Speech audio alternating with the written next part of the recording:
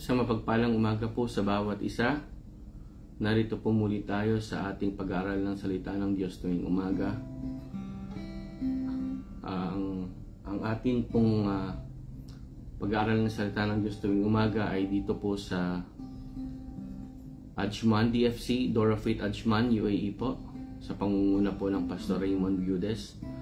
Purihin ang Panginoon sa araw na ito.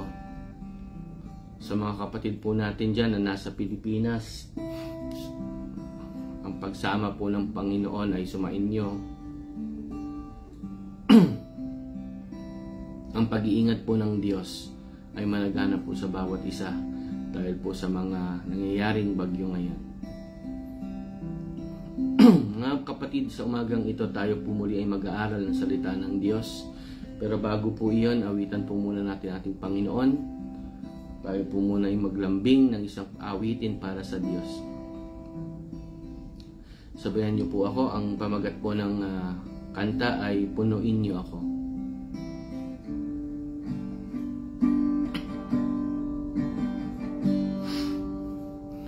Puspusin ako ng iyong kapangyarihan. Bigyan niyo ako ng bagong kalakasan. Punuin niyo ang puso ko na uuhaw sa inyo, banal na Espiritu. Tuban niyo ako. Puspusin ako ng iyong kapangyarihan. Hallelujah. Bigyan niyo ako ng bagong kalakasan. Punuin niyo ang puso ko na uuhaw sa inyo,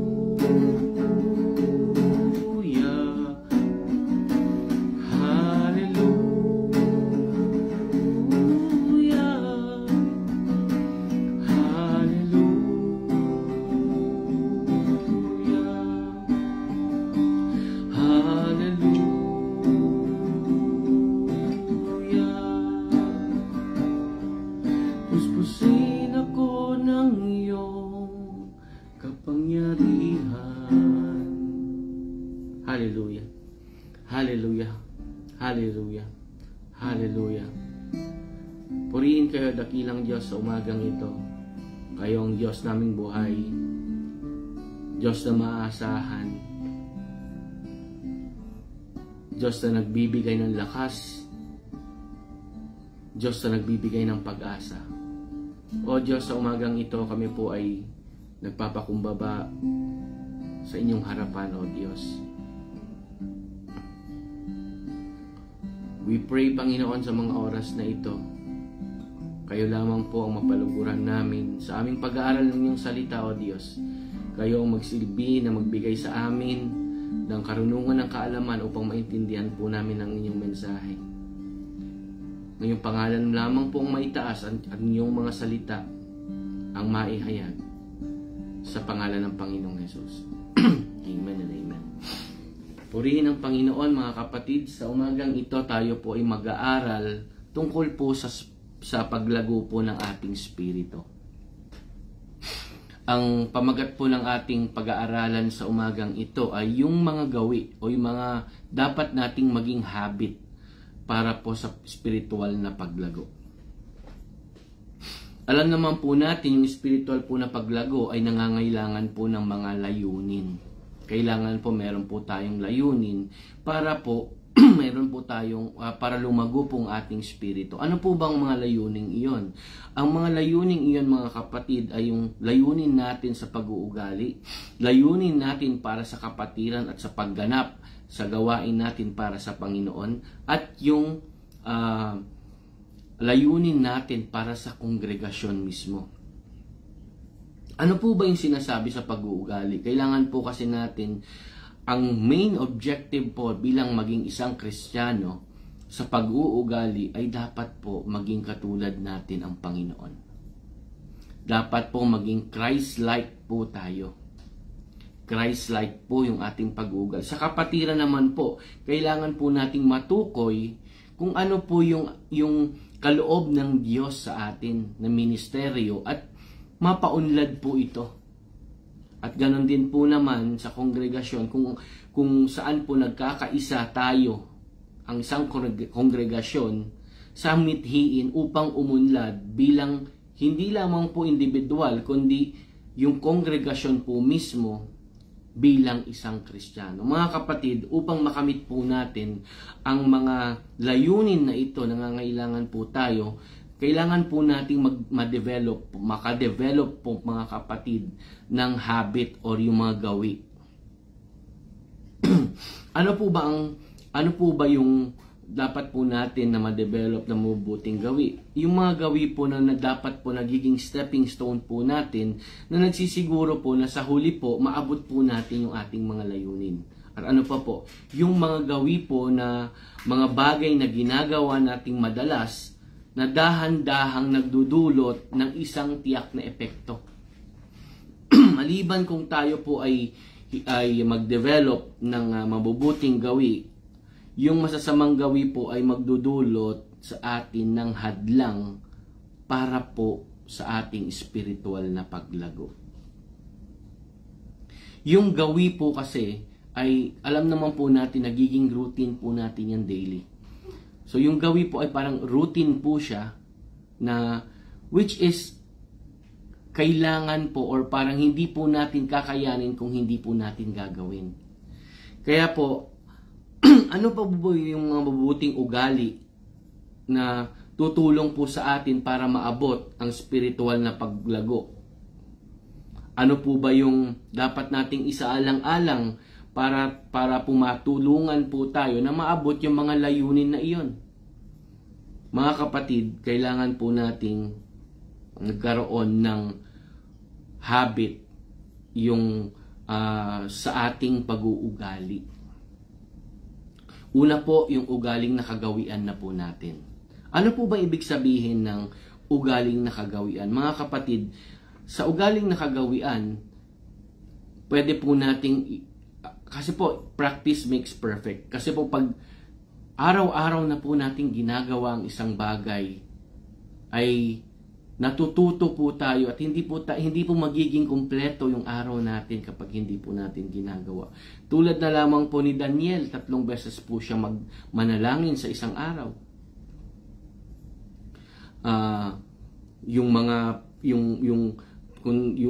Tingnan niyo po yung mga kapatid po nating mga sa kabilang pananampalataya. Nakagawian na po nila na manalangin ng 5 beses sa isang araw. So, dito po sa lugar ng UAE, which is alam naman po natin na marami pong mga ibang pananampalataya dito, sila po yung hindi po pwede na hindi po sila pwedeng hindi sila makapanalangin. Lalo na po kapag Biyernes. Makikita nyo po yung mga kalsada dito sa UAE na naging parking area na. Yung mismong highway. Hihinto at hihinto po talaga sila at mananalangin.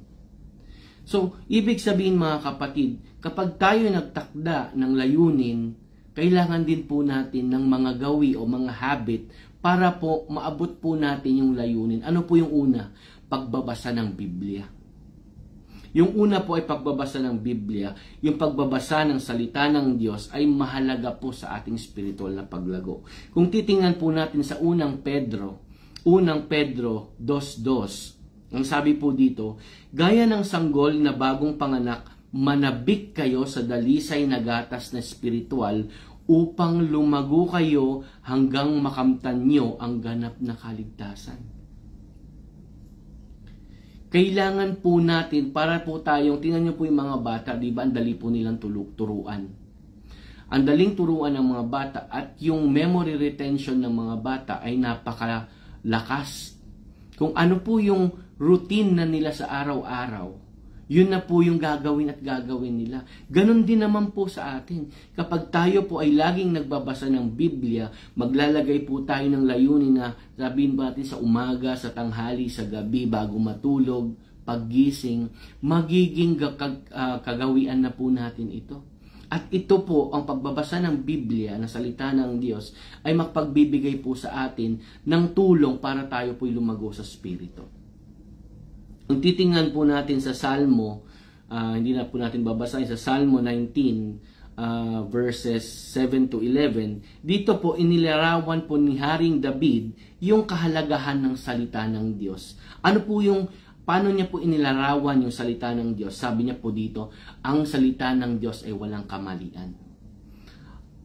Ang salita ng Diyos ay nagbibigay ng bagong kalakasan.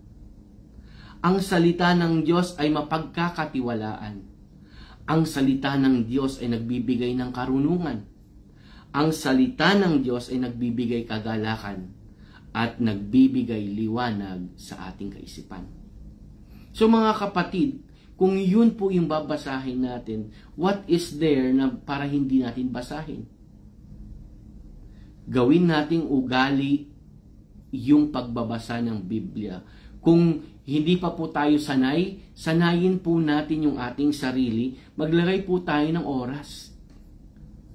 Magiging habit na po natin ito. Habit po. Magiging habit na po natin yung pagbabasa on that time. Sabi nga po sa Salmo 1:1-3, ang sabi po doon, inilarawan din ni Haring David ang pagpapala at katatagan ng isang taong nagninilay-nilay sa salita ng Diyos. Hindi lamang po pagbabasa, kundi kailangan po natin pagbulay-bulayan. Gawin po natin itong habit. Hindi po dahil, nakapanood naman po ako ng pag-aaral ng salita ng Diyos, okay na yon. Hindi po. Meron po dapat tayong moment sa Panginoon. Na itong oras na to para sa Panginoon, itong oras na to kailangan kong magbasa, itong oras na to kailangan kong magbulay-bulay sa salita ng Diyos. Ibig sabihin mga kapatid, ang isang Kristiyanong gustong umunlad or gustong lumago sa Espiritu ay dapat magkaroon ng ugali ng araw-araw na pagbabasa ng Biblia.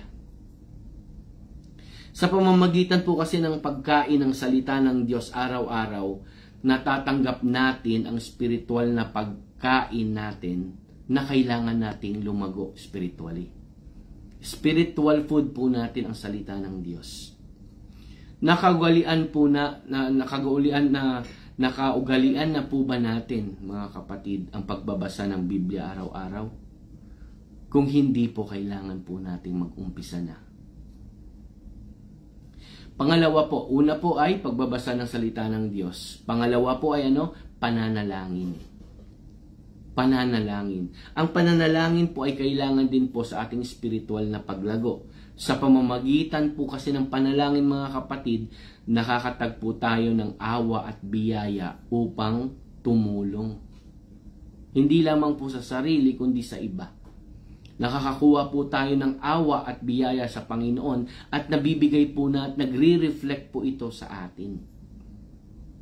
Sabi po sa Hebreo 4:16, Hebreo 4:16, ang sabi po, kaya huwag tayong mag-atubiling lumapit sa trono ng maawaing Diyos para matanggap natin ang awa at biyayang makakatulong sa atin sa panahon ng pangangailangan. Mga kapatid, tayo man po na mananampalataya, kailangan po talaga natin ng lumapit po tayo sa Panginoon upang matanggap po natin yung awa at biyayang makakatulong sa atin sa panahon ng pangangailangan. Ganon din naman po yung mga kapatid po natin sa pananampalataya.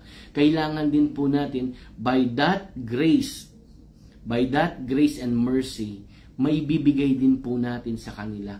Mapapalakas din po natin sila. At maiimpluwensyahan po natin sila na sila rin po ay dapat manalangin. Kaya nga po, mga kapatid, yung sinasabi, Pastor, ipag-pray niyo naman po ako. Brother, ipag-pray niyo naman po ako. Mga kapatid, ang trono ng Panginoon ay bukas para sa lahat. Bakit hindi po muna na ikaw yung manalangin para sa sarili mo? Hindi po masama magpa-pray, pero unahin po natin ipag-pray yung sarili din natin.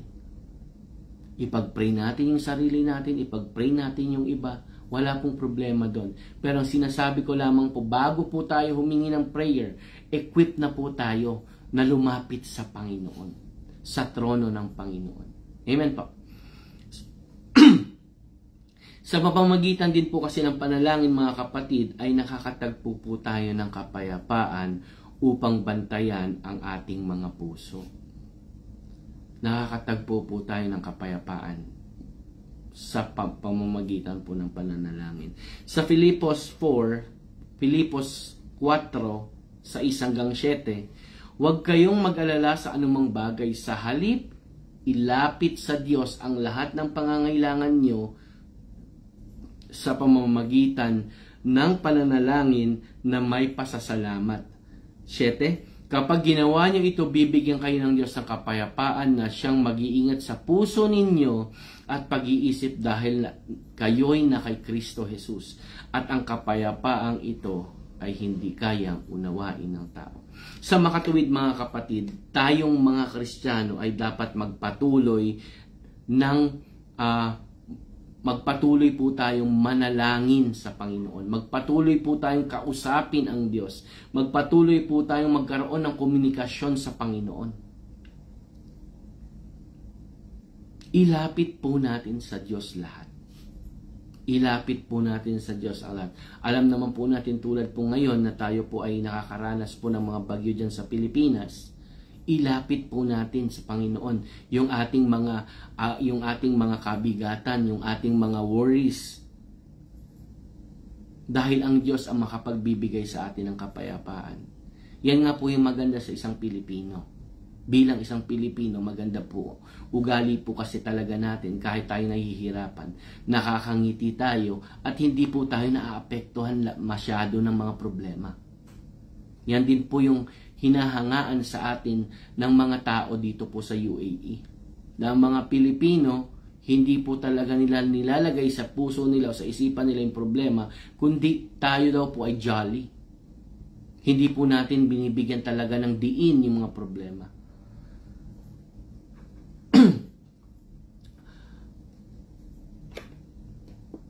Dahil, mga kapatid,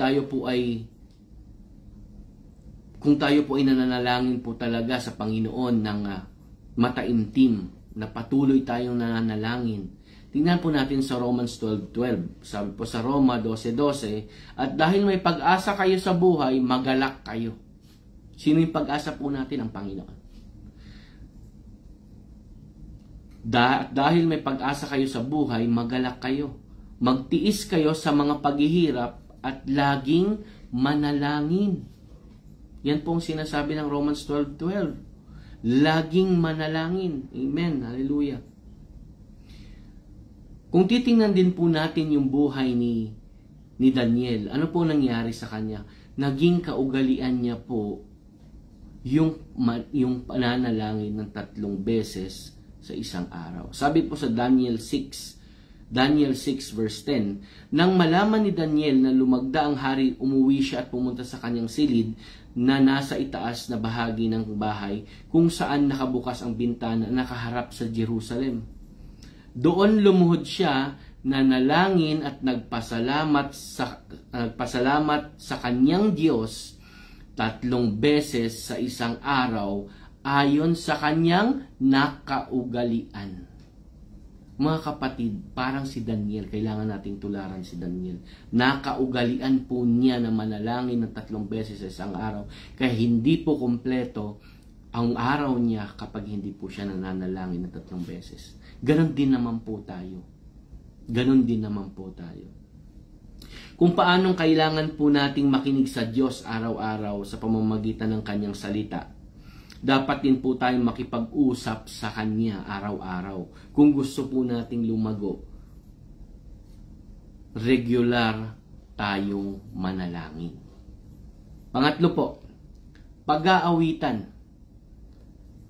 Una po ay pagbabasa ng salita ng Diyos. Pangalawa po ay pananalangin. Pangatlo po ay pag-aawitan. Sa pag-aawitan naman po, ang pagpupuri po sa Diyos sa pamamagitan po ng awit ay nakakatulong din po sa ating spiritual na paglago. Sa Salmo 104 verse 33 at Salmo 109, 164, si Haring David po dito ay gumawa ng kasanayan sa pagpupuri sa Diyos araw-araw. Tingnan niyo po sa Salmo 104 verse 33. Sabi po, aawit ako sa Panginoon habang nabubuhay. Aawit ako ng papuri sa aking Diyos habang may hininga. Tingnan niyo po. Yan po yung puso po ni Haring David. Araw-araw po siyang umaawit sa Panginoon. Hanggat mabubuhay at hanggang may hininga pa. Sa Salmo 119, 164, ang sabi po ay, 7 beses akong nagpupuri sa inyo bawat araw dahil matuwid ang inyong mga utos. Kung tinuturuan po natin ang isa't isa, mga kapatid, sa pamamagitan po ng mga awit, hindi ba tinuturuan din natin ang ating sarili kapag tayo ay umaawit? Sa Colossus 3:16 ang sabi, itanim ninyong mabuti sa mga puso nyo ang mga aral ni Kristo. Paalalahanan at turuan nyo ang isa't isa ayon sa karunungang kaloob ng Diyos. Umawit kayo ng mga salmo, himno at iba pang mga awiting spiritual na may pasasalamat sa Diyos sa mga puso ninyo. Dapat gawing kaugalian ng isang Kristiyano, mga kapatid, ang pag-aawit ng natural na sa atin.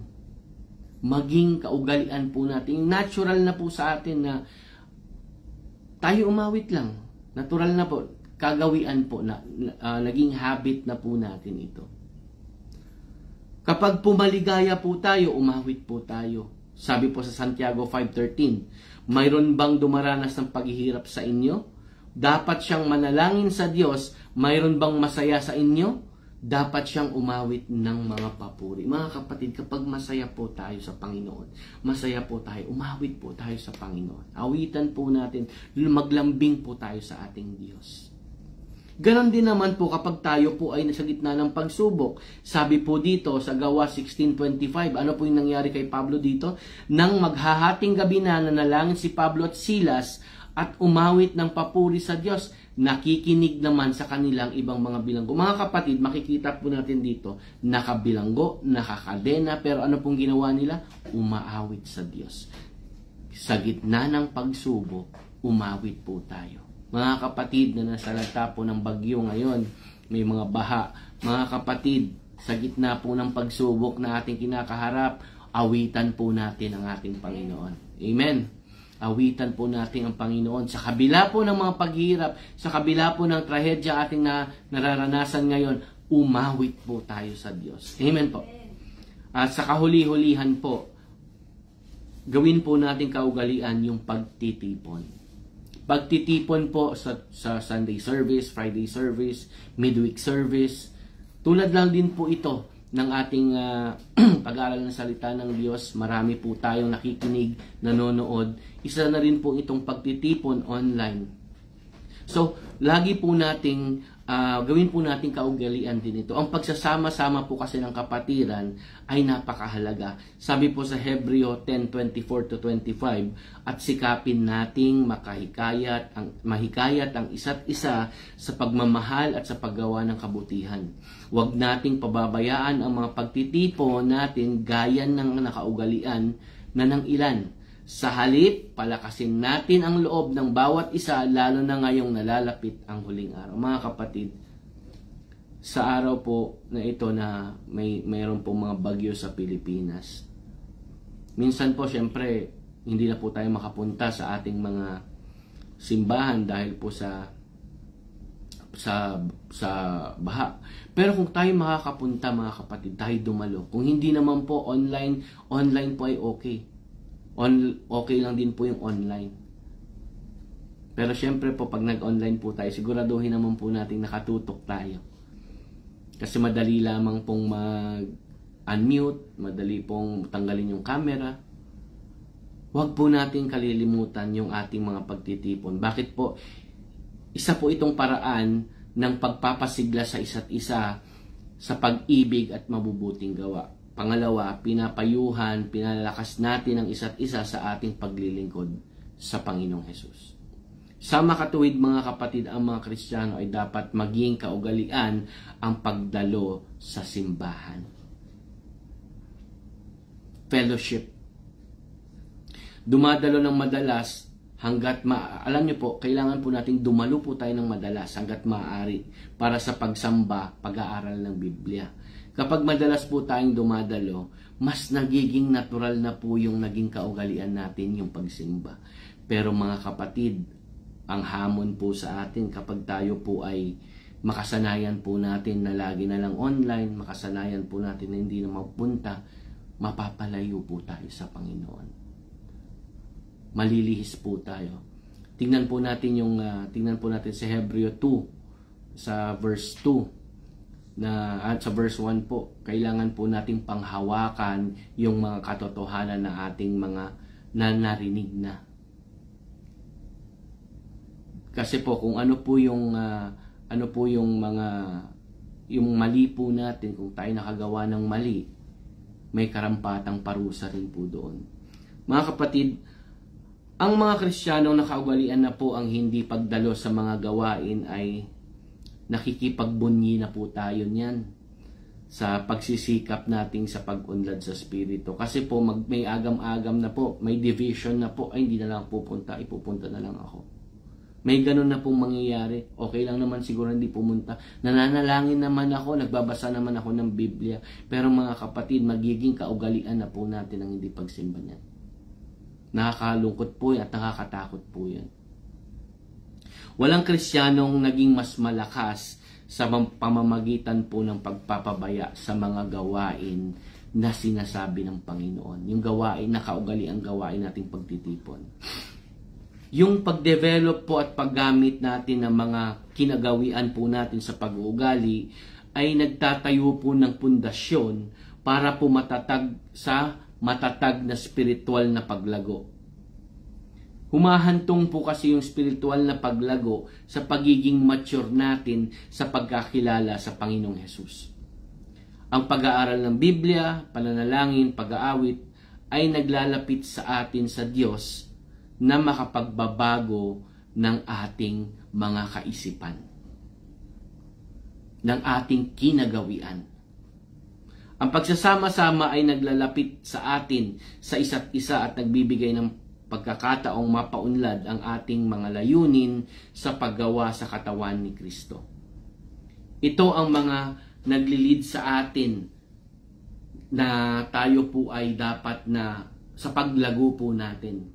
Spiritual growth po mga kapatid, it means kailangan po natin ng mga layunin sa pag-uugali, sa pagganap sa gawain ng Panginoon at sa kongregasyon. Magagawa lamang po natin ito mga kapatid kapag tayo po ay may mga kinagawian na po. Kung hindi pa po natin nagagawa ito, ang pagbabasa ng Biblia, kung hindi pa po natin kinagawian ang pagbabasa ng Biblia, ang pananalangin, ang pag-aawitan, at yung pagtitipon mga kapatid, it's high time na po para gawin po natin itong natural na sa atin.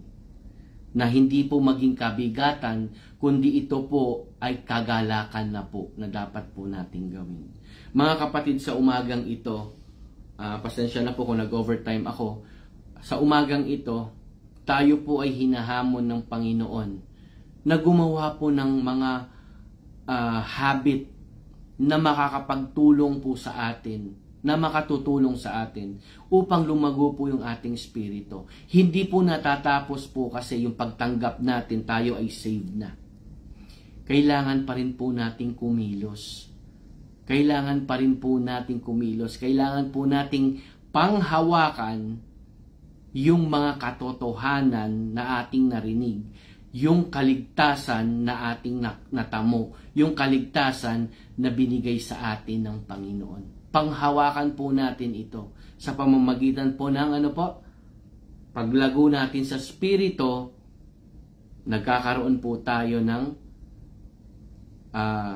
habit of reading the Bible, habit of prayer, habit of singing psalms and hymns, at habit of fellowship. So purihin ang Panginoon sa umagang ito. Nawa tayo po ay turuan ng Panginoon, bigyan tayo ng desire, bigyan tayo ng pagnanais na mas lalo siyang makilala, na mas lalo pong lumago yung spirito natin, mas lalo po tayong maging uhaw sa salita ng Diyos, pakikipag-usap sa Diyos, pakikipag-fellowship at pag-aawit ng mga awitin sa ating Panginoon. Purihin po ang Panginoon sa umagang ito mga kapatid, tayo po ay manalangin. Hallelujah, purihin kayo dakilang Diyos, napakabuti ninyo. Tunay Panginoon, kayo po ang nagbibigay sa amin ng kalakasan. Ang inyong mga salita, O Diyos, ang nagbibigay sa amin ng kagalakan. Lalo na po sa panahon ngayon, mga kapatid po namin na nasa Pilipinas, na nakararanas po, Panginoon, ng mga pag-ulan, bagyo, baha, Panginoon. Tunay, O Diyos, na kayo lamang po nakapagbibigay sa amin ng kagalakan at kapayapaan, Panginoon. Sa gitna po ng mga pagsubok, sa gitna po ng nangyayari ngayon sa amin. O Diyos, pinapanalangin po namin na as we grow, Panginoon, in spirit, O God, ma-develop din po namin, Panginoon, yung mga habit namin, Panginoon, ng pagbabasa ng katotohanan ninyo, O God, pananalangin, which is our communication with you, pakikipag-usap po sa inyo, yung awitan po namin, Panginoon, yung pagtitipon po namin, yung fellowship po ng inyong mga pinabanal, Panginoon. We pray, O God, na it will become natural na po sa amin yung mga bagay na ito. Dahil alam po namin, dito po kami po yung magiging mature Christian. Tunay, Panginoon, na ang bawat isa sa mga oras na ito ay kaya na pong ngumuya. Wala na pong baby Christian, Panginoon. Kapag kami po inalay na po namin sa inyo ang aming buhay, O Diyos. Dahil po sa katotohanang narinig namin, sa kaligtasang nakamit namin sa inyo, O God. It will be our desire to know you better, to have a deeper relationship sa inyo, mas malalim na pagkakilala sa inyo, O God. Sa mga kapatid po namin, Panginoon, na nanonood at manonood pa, kayo, O Diyos, ang nakakaalam ng kanilang mga pangangailangan sa mga oras na ito. Kayo, O Diyos, ang nakakakita ng puso nila, O Diyos. Kayo po, hamunin nyo nga po kami, Panginoon, na gumawa ng mga hakbang, Panginoon, ng mga habit, Panginoon, upang makuha po namin, makamtan po namin yung layunin namin sa aming spiritual na paglago. Kayo, Panginoon, ang Diyos naming buhay, at alam namin, Panginoon, sa mga oras na ito, mga kapatid po namin ay inyong pinalalakas, Panginoon, lalo na po mga kapatid po namin sa Pilipinas. Sa araw po na ito, O God, we pray na kayo po ang mag-direct sa amin, sa buhay namin, kung saan po kami papunta. Kayo, Panginoon, ang magsabi sa amin kung ano po yung dapat namin gawin. O God, kayo na po ang bahala sa mga kapatid po namin. We pray, Panginoon, with deep desire, O God. With deep desire. We want to know you more. We want to know you more, O God.